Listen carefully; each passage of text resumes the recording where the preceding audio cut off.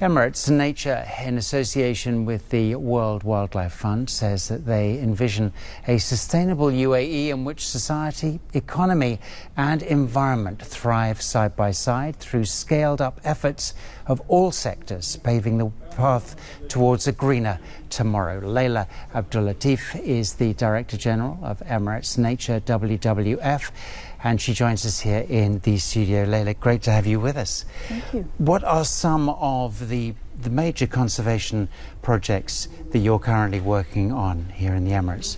Well, as a newly established environmental charity that was actually operating in the UAE as an NGO for over 22 years now, we actually work to conserve nature, but also to tackle those most addressing threats to our environment. And we do this through a number of different ways. So essentially, we work on pillars focused around climate action, biodiversity conservation, the green market transformation, as well as food and water security. And we're trying to address what's known as the nature and climate crisis.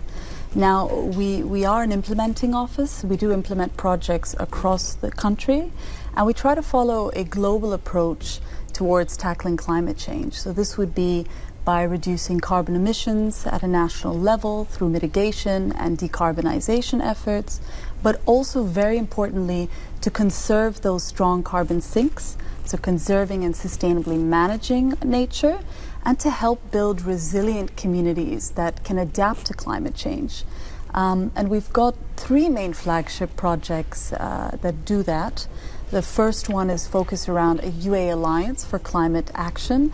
This is led by businesses, government, industries, as well as academia at an emirate level. And it's focused on really having industries lead their own decarbonization strategies and support national efforts towards net zero.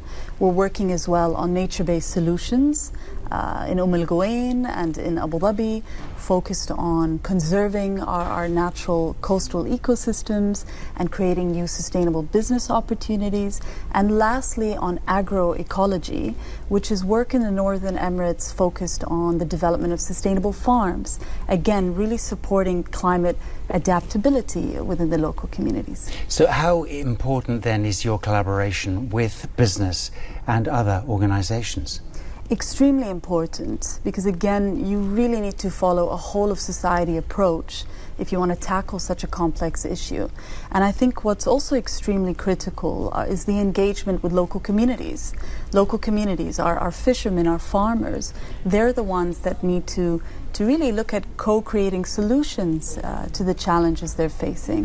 When we work in the local communities, we do a lot of work around retrofitting farms to be more sustainable, rebuilding the traditional fellage irrigation systems, building hiking trails, and these are the sorts of activities that the wider community need to be involved in as well. Now we're running out of time. Just quickly, I just want to ask you about your involvement at COP28, which is fast approaching.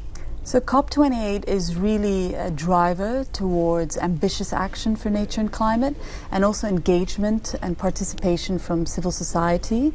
Our role is really about mobilizing domestic efforts to create a COP28 legacy that focuses on implementing the global outcomes that will be established at COP28. All right, we'll leave it there. Layla Abdul-Latif, really appreciate you joining us this evening. Thanks a lot. Thank you very much. Thank you very much.